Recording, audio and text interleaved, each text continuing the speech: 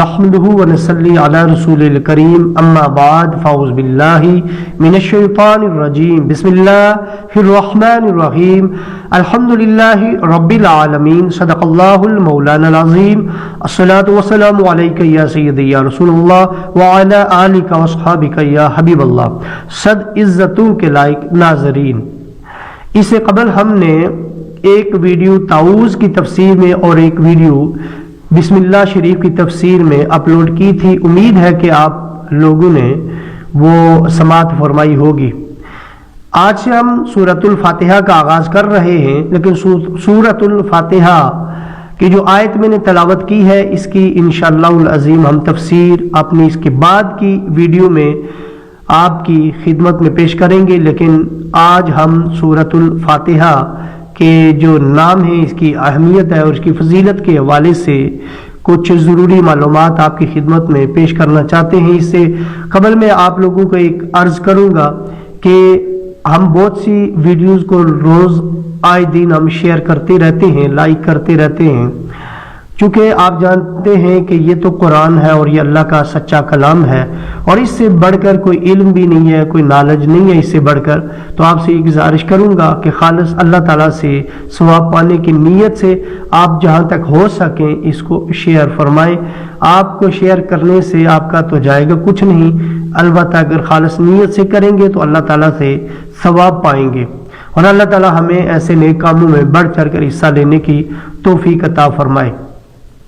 سورۃ الفاتحہ کو یہ جو نام دیا گیا فاتحہ، چونکہ قرآن مجید کی جو ترتیب ہے وہ دو اعتبار سے ہے. ایک ہے نزولی، اور وہ نزولی ترتیب آپ جانتے ہیں کہ جو پہلی 5 آیات اتری تھی سورۃ العلق کی، تو وہ یہ جو ترتیب ہے یہ ترتیب نزولی ہے.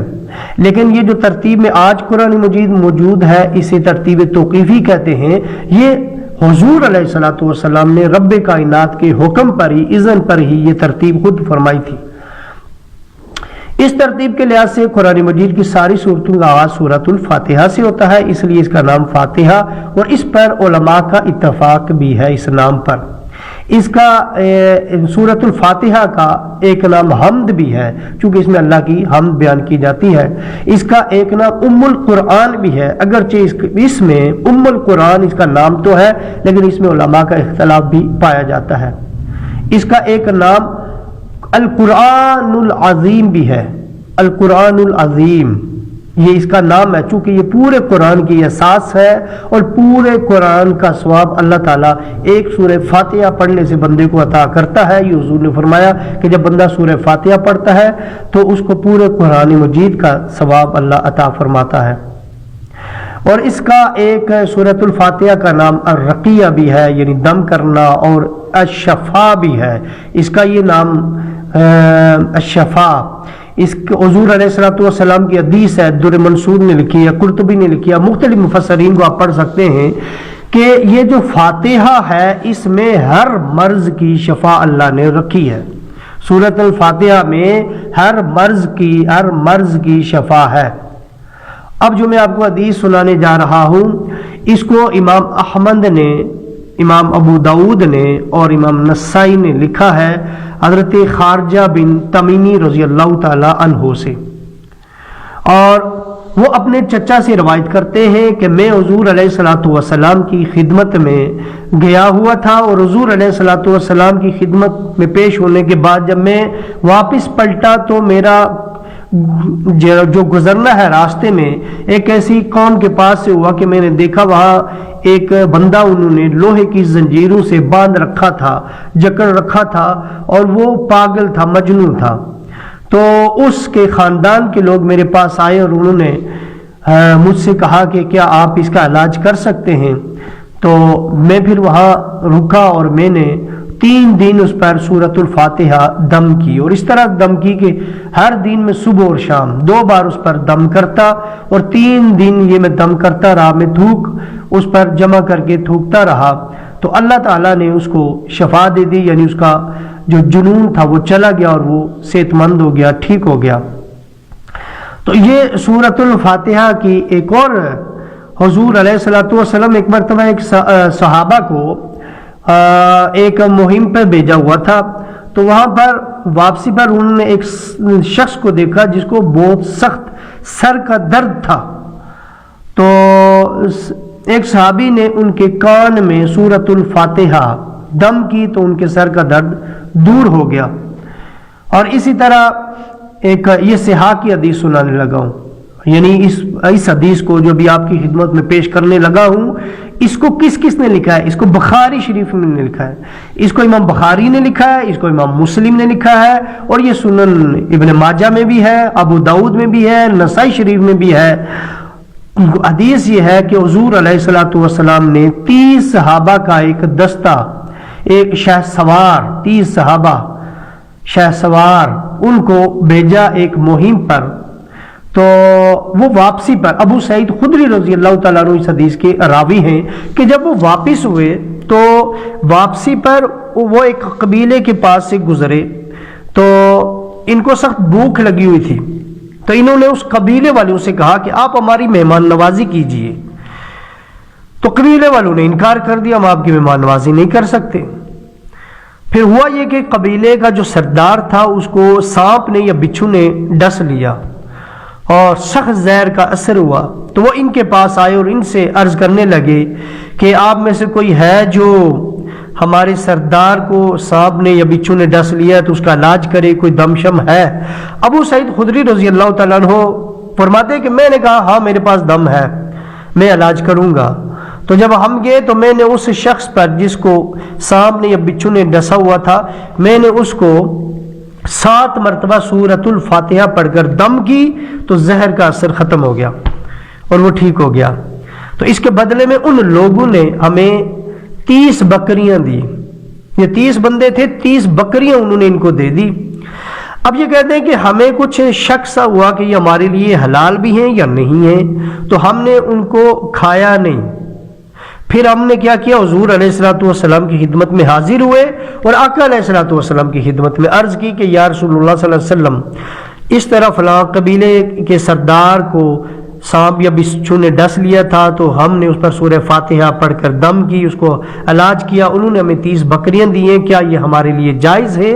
حضور علیہ الصلوۃ والسلام نے فرمایا کہ ابو سعید خدری، کیا تم جانتے تھے کہ سورۃ الفاتحہ میں یہ دم ہے؟ اور پھر ساتھ ہی حضور علیہ الصلوۃ والسلام نے فرمایا کہ ہاں وہ جو انہوں نے بکریاں دی ہیں وہ تمہارے لیے حلال ہیں، بلکہ ان میں سے میرا حصہ بھی نکالو۔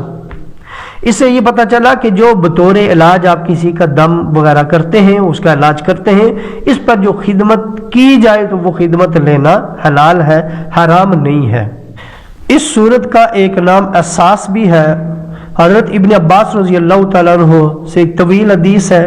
شارٹ میں یہ ہے کہ آپ فرماتے ہیں کہ سارے قرآن مجید کی اساس یہ کتاب سورۃ الفاتحہ ہے۔ قرآن مجید ساری کتابوں کی اساس ہے اور قرآن کی اساس سورۃ الفاتحہ ہے، اور سورۃ الفاتحہ کی اساس بسم اللہ شریف ہے۔ تو سورۃ الفاتحہ کو قرآن کی اساس کہا گیا ہے، اس لیے اس کا ایک نام اساس بھی ہے، اور اس کا ایک نام وافیہ بھی ہے، یعنی نصف نصف نہیں کی جانے والی، چونکہ قرآن مجید کو کی یہ وہ صورت ہے جس کو آپ نماز میں آدھا آدھا کر نہیں پڑھ سکتے، اور اس کا ایک نام کافیہ بھی ہے۔ اس صورت کا ایک نام سبع مثانی بھی ہے، اور چونکہ اس کی 7 آیات ہیں اور نماز میں اس کا تکرار ہوتا ہے، اس لیے اسے یعنی دوسری مرتبہ بھی پڑھی جاتی ہے، دوسری رکعت میں بھی اسے سبع مثانی کہا جاتا ہے، اور نماز کے اندر یہ سورۃ الفاتحہ پڑھنا واجب ہے۔ یہ صرف سورۃ الفاتحہ پڑھنا واجب نہیں ہے، بلکہ سورۃ الفاتحہ کی ہر آیت الگ الگ سے واجب ہے، یعنی اس کی 7 آیات ہیں، یہ پڑھنے سے 7 واجبات ادا ہوتے ہیں، اور سورۃ الفاتحہ کی قرات نماز میں واجب ہے۔ اگر آپ امام کے پیچھے کھڑے ہیں تو فقہ حنفی میں امام کی قرات آپ کی قرات ہے، اگر آپ جماعت سے نماز پڑھ رہے ہیں تو صرف امام پہ قرات یہ والی واجب ہے، باقی آپ لوگوں پر یہ ہے کہ آپ خاموشی اختیار کریں اور اس پر توجہ دیں۔ نماز میں اگر آپ اکیلے پڑھ رہے ہیں تو آپ پر سورۃ الفاتحہ پھر پڑھنا آپ پر بھی واجب ہے، اور 7 آیات اس کی واجب ہیں، یعنی یہ 7 واجبات ہیں، الگ الگ سے ہر آیت الگ الگ سے واجب ہے۔ حضرت ابو سعید بن معلہ رضی اللہ تعالیٰ عنہ فرماتے ہیں کہ میں نماز میں تھا، نماز پڑھ رہا تھا کہ حضور علیہ الصلوۃ والسلام نے مجھے بلایا، تو میں نماز میں تھا، میں حضور علیہ الصلوۃ والسلام کی خدمت میں نماز چھوڑ کر حاضر نہ ہوا اور کوئی جواب میں نے نہ دیا۔ میں نے نماز پڑھ لی، مکمل کی، اور پھر حضور علیہ الصلوۃ والسلام کی خدمت میں حاضر ہوا تو عرض کی کہ یا رسول اللہ صلی اللہ علیہ وآلہ وسلم میں نماز پڑھ رہا تھا۔ حضور علیہ الصلوۃ والسلام نے ارشاد فرمایا، ابو سعید کیا تم قرآن نہیں جانتے کہ رب کائنات ارشاد فرماتا ہے کہ استجیبوا للہ وللرسول اذا دعاکم، یعنی جب تمہیں اللہ اور اس کا رسول بلائے تو چلے آؤ۔ یعنی حضور علیہ الصلوۃ والسلام نے فرمایا کہ تم جس حالت میں بھی ہو، جس عبادت میں ہو، حج کر رہے ہو، طواف کے دوران ہو، قرآن پڑھ رہے ہو، نماز پڑھ رہے ہو، آقا علیہ الصلوۃ والسلام بلائیں، حکم یہی ہے سب کچھ چھوڑ کر حاضر ہو جاؤ۔ حضور کا بلانا رب کا بلانا ہے، تو اس لیے فوراً حاضر ہو جاؤ۔ حضور علیہ الصلوۃ والسلام نے جب یہ آیت حضرت ابو سعید بن معلہ کو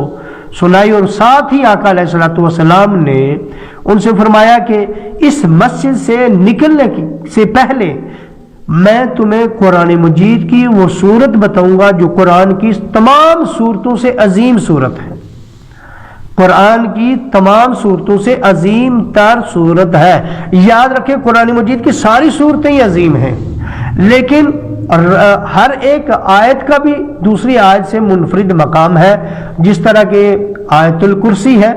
یہ تمام آیات میں افضل ترین آیت الکرسی کو بھی کہا گیا ہے۔ اور اسی طرح دیکھیں اللہ تعالیٰ انبیاء کے بارے میں بھی فرماتا ہے کہ سارے نبی اللہ کے، لیکن بعد نبیوں کو بات پر فضیلت دی۔ اسی طرح قرآن میں کچھ آیات کو منسوخ کیا گیا اور کچھ کو ناسخ کیا گیا۔ اسی طرح صورتوں میں بڑی عظمتیں ہیں، بڑی عظمتوں والی صورتیں ساری ہی، لیکن سورۃ الفاتحہ اس کے حوالے سے حضور علیہ الصلوۃ والسلام کی حدیث ہے کہ آقا علیہ الصلوۃ والسلام نے ابو سعید بن معلہ سے فرمایا کہ میں اس مسجد سے نکلنے سے پہلے تمہیں قرآن مجید کی ایک عظیم تر، تمام صورتوں سے عظیم تر صورت بتاؤں گا۔ تو حضرت ابو سعید بن معلہ رضی اللہ تعالیٰ عنہ فرماتے ہیں کہ جب ہم مسجد سے نکلنے لگے تو مجھے یاد آیا میں نے حضور علیہ الصلوۃ والسلام کی خدمت میں عرض کی، آقا علیہ الصلوۃ والسلام نے میرا ہاتھ پکڑا ہوا تھا، میں نے عرض کی یا رسول اللہ صلی اللہ علیہ وسلم نے آپ نے مجھے فرمایا تھا کہ مسجد سے نکلنے سے پہلے میں تمہیں قرآن کی وہ صورت بتاؤں گا جو باقی تمام صورتوں سے عظیم تر صورت ہے۔ حضور علیہ الصلوۃ والسلام نے فرمایا کہ قرآن مجید کی تمام صورتوں سے عظیم صورت سورۃ الفاتحہ ہے، یہ وہ سبع مثانی ہے، یہ وہ قرآن ہے جو مجھے عطا کیا گیا ہے، جو مجھ سے پہلے کسی نبی کو عطا نہیں کیا گیا۔ تو حضور علیہ الصلوۃ والسلام نے یہاں پر اس کا نام سبع مثانی فرمایا ہے، اور یہ بھی فرمایا کہ یہ قرآن مجید کی تمام صورتوں سے عظیم صورت ہے۔ اسی طرح حضرت ابن عباس رضی اللہ تعالی عنہ ایک حدیث روایت فرماتے ہیں کہ حضور علیہ الصلوۃ والسلام کے پاس جبریل امین بیٹھے ہوئے تھے کہ اتنے میں آسمان سے ایک آواز آئی۔ حضور علیہ الصلوۃ والسلام نے سر اقدس اوپر کیا اور اوپر دیکھا، جبریل امین نے عرض کی یا رسول اللہ صلی اللہ علیہ وآلہ وسلم، یہ آسمان کا وہ دروازہ کھولا گیا ہے جو اس سے قبل نہیں کھولا گیا، اس میں سے ایک فرشتہ اترا ہے جو اس سے قبل زمین پر نہیں اتارا گیا۔ وہ فرشتہ حضور علیہ الصلوۃ والسلام کی خدمت میں حاضر ہوا، سلام عرض کیا، اور سلام عرض کرنے کے بعد حضور کی خدمت میں عرض کیا کہ اللہ تعالیٰ نے آپ کو 2 نور عطا فرمائے ہیں جو اس سے پہلے اللہ تعالیٰ نے کسی نبی کو نہیں عطا فرمائے، اور وہ 2 نور ہیں، ایک سورۃ الفاتحہ ہے اور دوسرا نور سورۃ البقرہ کی آخری آیات ہیں۔ تو انشاءاللہ العظیم جو سورۃ الفاتحہ کی پہلی آیت ہے الحمدللہ رب العالمین، امید ہے کہ آپ اس کا انتظار کریں گے، اور انشاءاللہ العظیم جلد ہی وہ بھی اپلوڈ کی جائے گی۔ اللہ تعالیٰ سے دعا ہے کہ اللہ تعالیٰ ہمیں اپنے پیارا کلام قرآن مجید بار بار پڑھنے کی توفیق عطا فرمائے، سمجھ کے پڑھنے کی توفیق عطا فرمائے، اور اس پر عمل پیرا بھی فرمائے۔ وآخر دعوانا ان الحمد للہ رب العالمین.